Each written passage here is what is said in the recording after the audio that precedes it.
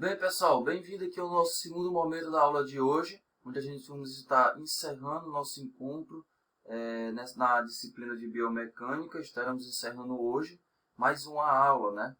E a gente vai continuar com o nosso conteúdo na disciplina de biomecânica sobre sistemas de alavanca.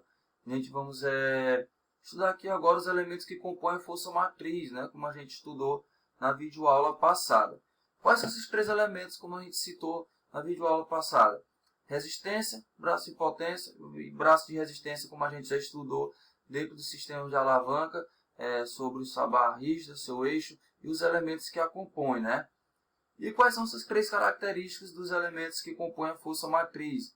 Lembrando que a força matriz é toda aquela força, pessoal, que ultrapassa a resistência, né? O braço de resistência que vem fora que vem como uma resistência externa, né? Para que você consiga contrair uma musculatura, né? Que você tenha uma força maior do que a resistência. E bom, pessoal, a característica de resistência, o que é que ela é? Ela é uma força que precisa ser vencida, como vocês já sabem, e quando analisamos no corpo humano, ela é representada como ela pode ser tão natural ou ela pode ser adicionada a ela uma força externa. Como eu citei para vocês, ela pode ser uma carga interna, né, do nosso corpo, uma força natural, e também ela pode ser adicionada como uma força externa, né, vindo de fora do nosso corpo. E o que é esse braço de potência? Qual as suas características? Ela é definida pela distância perpendicular do ponto onde a força é aplicada ao eixo de rotação. Então, ela é perpendicular ao ponto onde a força é aplicada ao eixo de rotação, também conhecido como braço de força. Ela é perpendicular ao eixo de rotação, ela é mais próxima do eixo de rotação, o braço de força, onde ela tem que ser aplicada, né, para que ocorra alguma contração e assim tenha a força matriz. Já o braço de resistência, né, ele é definido como a distância perpendicular ao ponto onde é aplicada a resistência até o eixo de rotação. Então, vamos supor aqui novamente o cotovelo, né? Eixo, braço de força, musculatura, e aqui ela é perpendicular ao eixo, até ao eixo, o braço de força, até onde tem a origem de seção da musculatura. Já o braço de resistência ele é perpendicular até o ponto de aplicado o eixo. Então, a resistência vem daqui, ela é perpendicular até ao seu eixo. E assim, a força, o braço de força ou potência tem que ter uma força maior aplicada para que consiga vencer essa resistência e assim estabelecendo a força matriz. Agora que conhecemos os elementos que compõem a força matriz, podemos estabelecer como é realizada a classificação das alavancas. Quais são esses três sistemas de alavancas, né, pessoal? A gente vamos ver aqui o nosso sistema de alavancas, as três classes de alavancas, interfixa, e temos aqui a interresistente e a interpotente. E a gente vai ver mais na frente como identificar elas melhores, né? Quais são as suas determinadas características na interfixa? Seu eixo de rotação fica entre as forças opostas, o seu ponto de apoio estabelecido entre a resistência e a potência, utilizando muito comum para a sustentação da postura ou equilíbrio, e terá vantagem mecânica igual a 1. Como, por exemplo, a gangorra, né, pessoal? Balançando com pesos ou então o pé de cabra, né? O eixo fica entre o braço de força e o braço de resistência, só que o eixo ele fica bem mais próximo ali do braço de resistência. Já a interresistente, ela tem um eixo de rotação em uma extremidade, resistência, posicionado entre o ponto de apoio e a potência.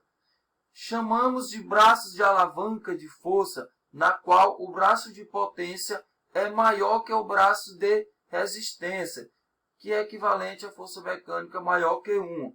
Como, por exemplo, pessoal, o carrinho de mão, né, que fica na ponta, ou então a bailarina que fica na ponta do pé. Por que o carrinho de mão? A resistência vai estar próximo o eixo vai estar próximo bem da resistência. E o braço de força vai ser uma linha bem maior do que é referenciado às classes de alavanca interfixa. Então, as interresistentes, o eixo fica bem mais próximo da resistência e assim o braço de força bem maior, né, com a aplicação da força motriz. E a interpotente, pessoal, que seu eixo de rotação fica em uma extremidade. Potência, ele fica posicionada entre o ponto de apoio ou eixo e a resistência e elas ficam projetadas para gerar velocidade às extremidades dos membros e movimentar a baixo peso e longa distância. Como, por exemplo, pessoal, a maioria das alavancas do corpo humano que foram projetadas para ter mais velocidades e menos força. Ah, professor, mas esses conteúdos de características ficou um pouquinho bagunçado na minha cabeça. Mas calma, pessoal. A gente vai ver outros exemplos aqui que vai facilitar para vocês como identificar esses sistemas de alavanca. Tá? Vai ficar tudo bem mais concreto para vocês. Outra observação, pessoal. Cada alavanca fornecerá uma vantagem mecânica, sendo que nas alavancas de primeira classe, essa vantagem pode ser menor, igual ou maior que 1. No caso do corpo humano, observamos ações nas musculaturas agonistas e antagonistas simultaneamente. Nas alavancas de segunda classe, a vantagem é sempre maior que 1, ou seja, na cinesiologia biomecânica, o músculo ou a força interna possui maior vantagem mecânica que a força externa, né, que são as alavancas de segunda classe, geralmente as que são mais usadas pelo nosso corpo. E quanto que nas alavancas de terceira classe a vantagem mecânica é sempre menor que 1. Neste caso, a maior vantagem mecânica será do peso externo, que é o braço de resistência. Fato que ocorre na maioria dos sistemas do corpo humano. Perdão, pessoal, em trocar aí esse conteúdo, né? É um sistema de terceira alavanca, de terceira classe, onde a gente tem uma maioria dentro do nosso corpo, beleza? Então, peço perdão para vocês. Bom, pessoal, você deve estar observando que quando mencionamos que uma alavanca possui vantagem mecânica maior que 1, significa que ela pode desenvolver também menor forças para movimentar aquele braço de alavanca, enquanto que se ela for menor que 1, haverá maior necessidade de forças para movimentá-la. Isso, pessoal, vocês não podem esquecer, né, sobre os músculos agonistas e antagonistas. Os músculos agonistas, eles são responsáveis pela execução dos movimentos e os antagonistas são contrários aos que executam os movimentos. É a mesma situação das musculaturas que são responsáveis por contração, né, flexão, que é os músculos agonistas. Tem vários outros movimentos que podem ser classificados os músculos agonistas, não é só na flexão e extensão. E tem os músculos antagonistas, que são os contrários que executam os movimentos. E bom, pessoal, sistemas de alavanca, né? Os 3 sistemas de alavancas, a gente vai estar encerrando nossa videoaula com essa imagem de classificação do sistema de alavanca, as 3 tipos, classes de sistema de alavancas. Vamos estudar mais ainda sobre elas na próxima videoaula, sobre os sistemas de alavancas, identificando elas e trazendo mais exemplos para vocês, para que fique mais fácil ainda o conteúdo de vocês entenderem.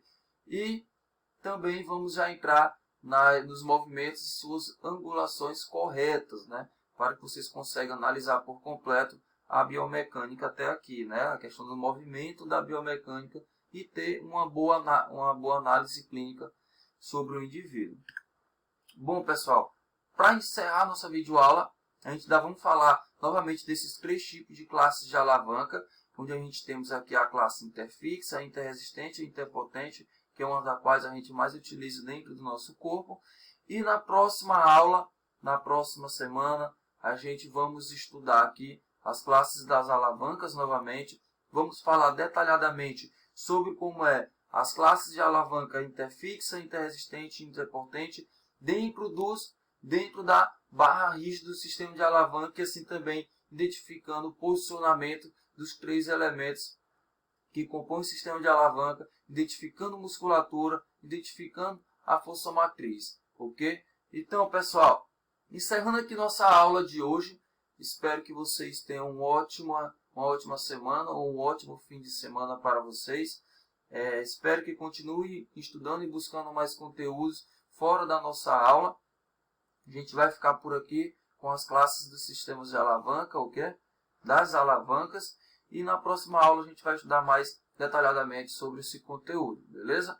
Então, até a próxima aula. Um abraço para todo mundo e até lá.